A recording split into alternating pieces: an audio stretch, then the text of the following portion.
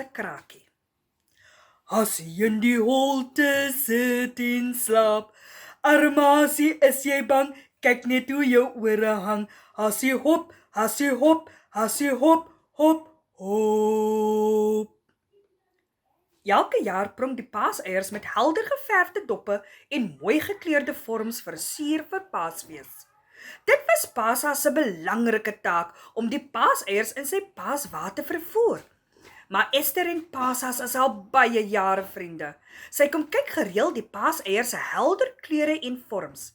Paashaas sing en hop vrolik nader en bewonder hom aan die moeite wat al die eiers hierdie jaar gemaak het. Paashaas, moet nie vergeet om jou wortelkoek te kom geniet na jy die paaseiers afgehaal het nie, sê ma Esther. Ooh, ek hou tog so van wortels, lekker oranje, geel wortels en ook wortelkoek. Dankie ma Esther, wortels gee mos goeie sig nie ma Esther, vra Paashaas. Ja, jong, jou oë sal sommer baie skerp kan sien waar jy moet hop, ou liewe Paashaas. Het jy al jou paaswa se stukkende wiel vervang? Ja, ma Esther, antwoord Paashaas.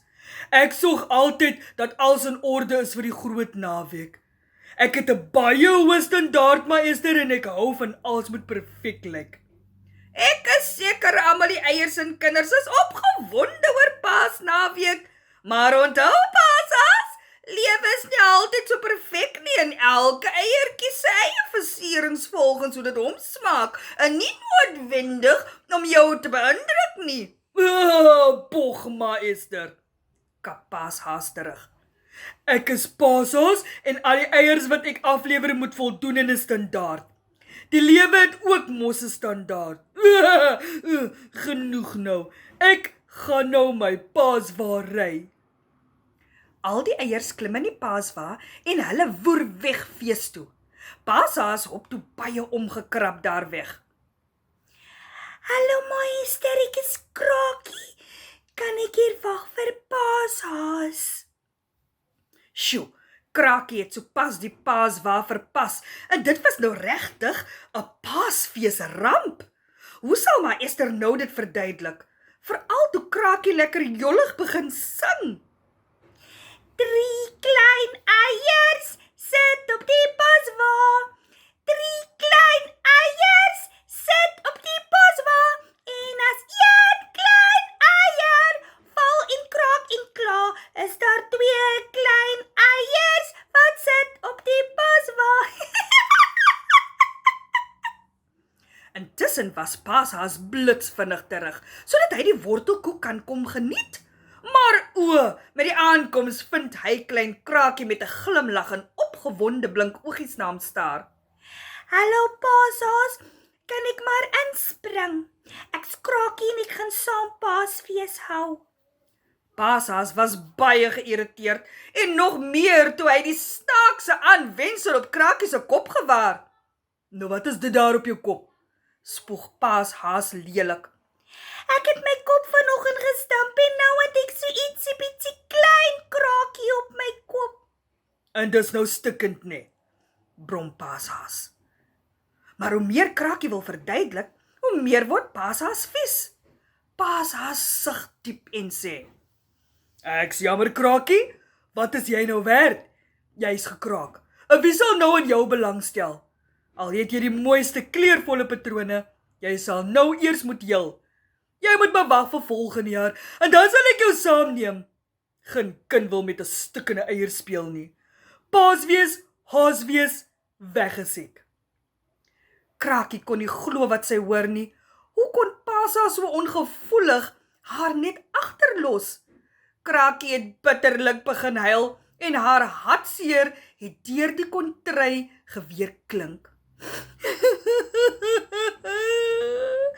Een klein eier kan geensins Paasfees maak. Een klein eier gaan nie ry met die paaswa, want die een klein eier so dop hier gekraak.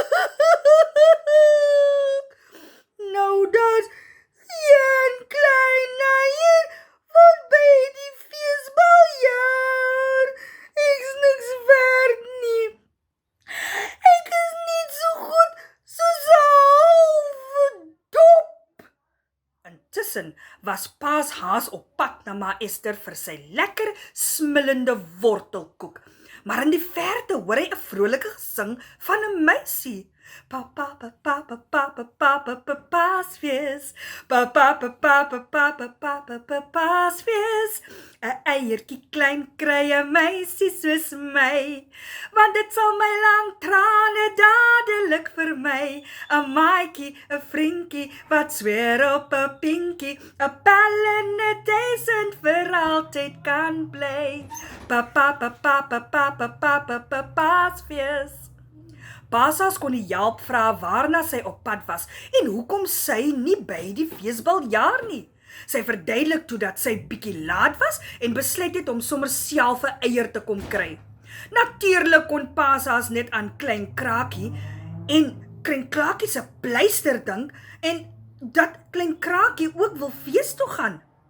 Hy verduidelik oor die pleister en die stikkende plek en skrik hom poeglam toe die meisie opgewonde vra waar sy Krakie kan kry en met 'n wip in haar stap vat sy weer die pad na haar nuwe maatjie se rigting. Meisie meen dat vriendskap baie meer werd is as 'n ou Krakie. Ook voel meisie dat almal tog een of ander soort krakie het. Meisie sê dat sommige van ons se krakies kan ons sien en ander se nie. Pasa's was baie verbaas en ook baie skaam vir sy gedrag. Hy kon ook verstaan wat Ma Esther bedoel het toe sy sê, 'n wortels is baie goed vir mense sig. En dalk ook vir jou sienswyse. So almal het 'n krakie, dink hy. Gits, Pasa's sin was sy liederlike maniere teenoor Krakie. Dis daarom nie mooi maniere vir 'n Pasa's om so gevoelloos iemand af te kraak nie. En dus hop hy toe agterna om 'n baie spesiale eier onverskoning te gaan vra, want elkeen het mos 'n krakie. Little Clementine. Life in the nectarine orchard was very simple, for everyone at least, but not little Clementine. She did not like that everyone looked the same. She wanted to be someone different, someone unique. She tried showing her best smile all the time, but being one of so many, a duplicate, a copy of thousands, made her very sad. She thought about changing her appearance, but nothing worked effectively. She first tried tanning under the sun, but that did not change her color. Then she explored the adventurous side and went to space. She even dared facing the winter snow and finally posing as a fairy, but that too just seemed silly. Nothing made her feel like a true self. One day, she looked at her reflection and started focusing on what really mattered to her. This time she looked harder and for the first time looked beyond her skin. She could see her inner beauty. That's what made her special. She was a polite Clementine. She was kind, gentle, loved her siblings and often played with them in the park. She always did her chores and always tried to be a good daughter to her parents. She did her homework when she had any, was a bright learner at school and always aimed for a good report card every year. She loved to pray, played with her many diverse friends, and loved sharing. This made her very happy. She walked tall and felt the world was a wonderful place. Then one day, while minding her own business, Nasty Orange came and started making fun of her. He rudely pointed out all her faults, her dry spiky hair, her blood-red lips, and all the differences she had. Little Clementine started crying and felt sad and unhappy again. She just wanted to be left alone. She wanted to hide herself away from everyone. Little Clementine left and went to go sit by the river. She wished all her problems would just wash away down the stream, never to be seen again. She even tried finding a three-leaf clover. While she sat, sad and alone, crying her eyes out, she noticed old Mr. Tangerine sitting by the riverside fishing. He waved at her and invited her to join him. Everyone in the nectarine orchard knows old Mr. Tangerine as a very happy-go-lucky chap with a bounce in his stroll and a hop in his stride. "Why do you look so sad, little Clementine?" he asked her with great concern. Little Clementine shared her agitation concerning the nasty orange's rude behavior, but did not disclose the whole story. Old Mr. Tangerine knew sharing her sadness would make her feel better, but he wanted her to feel free to share a story when she was absolutely ready. Old Mr. Tangerine was very wise and rather showed her how to fish when she seemed reluctant to answer. For a little while, little Clementine forgot all about her troubles and just enjoyed the exciting new skills she was learning. Old Mr. Tangerine also enjoyed her enthusiasm. Then a fish got hooked, and with great finesse, old Mr. Tangerine yanked a beautiful fish from the river. Little Clementine was overjoyed and felt like jumping out of her skin. This was amazing and fun. Old Mr. Tangerine then asked her to help him with the unhooking and released the fish back into the water. "Why did you sit so long and wait for the fish to be hooked, but then you release it again, Mr. Tangerine?" asked little Clementine. "You see, dear child, I come to fish for the enjoyment of it, to relax and really take it with me." "So you come here and do what you enjoy to do, Mr. Tangerine, no matter what everyone else thinks and say?" "Of course. Because others think it's crazy and it's a waste of time doesn't mean I don't benefit from this activity. It makes me happy," he exclaimed. "And never thought about what I think when I'm out and about." "Your opinion matters the most, little Clementine. Never forget that. And about Nasty Orange, did he hurt your feelings?" "Yes. He made me feel ugly and weird looking, and I did not like everyone pointing at me. It made me feel sad." Everyone has good and bad qualities, but what's important is how you respond to it all. When you get a grip on that, my dear Clementine, your life will be sweet, and you will become a happy chap like me. "So true, Mr. Tangerine. I will try my best to ignore his rudeness, but it's going to be very difficult." "If it was easy, little Clementine, you would not be able to grow."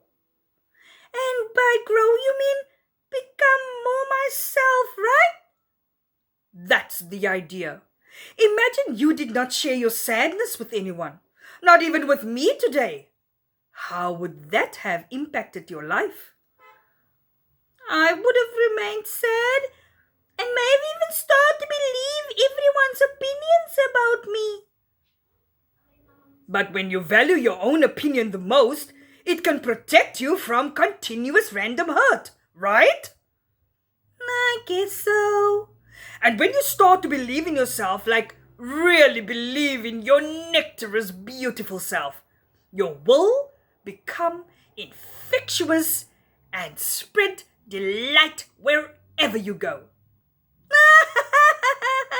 Ooh, yay! I am so happy. I am special. We all are. We all are special. That afternoon, little Clementine hopped and skipped home and just celebrated her inner uniqueness. She felt like she could celebrate her skin. She felt as though she had grown into a skin and could now wear it with pride, despite her bumps and spiky hair. Nasty Orange's ugly words did not matter anymore. She understood that generally looking like everyone else was just how she was created. But what mattered more was the essence of who she really was on the inside. She learned that she had full control over who can hurt her and how she responds to it. That was even more important. She could also choose to be friends with whomever appreciates her for who she is. She could finally celebrate her infectious, nectarous self.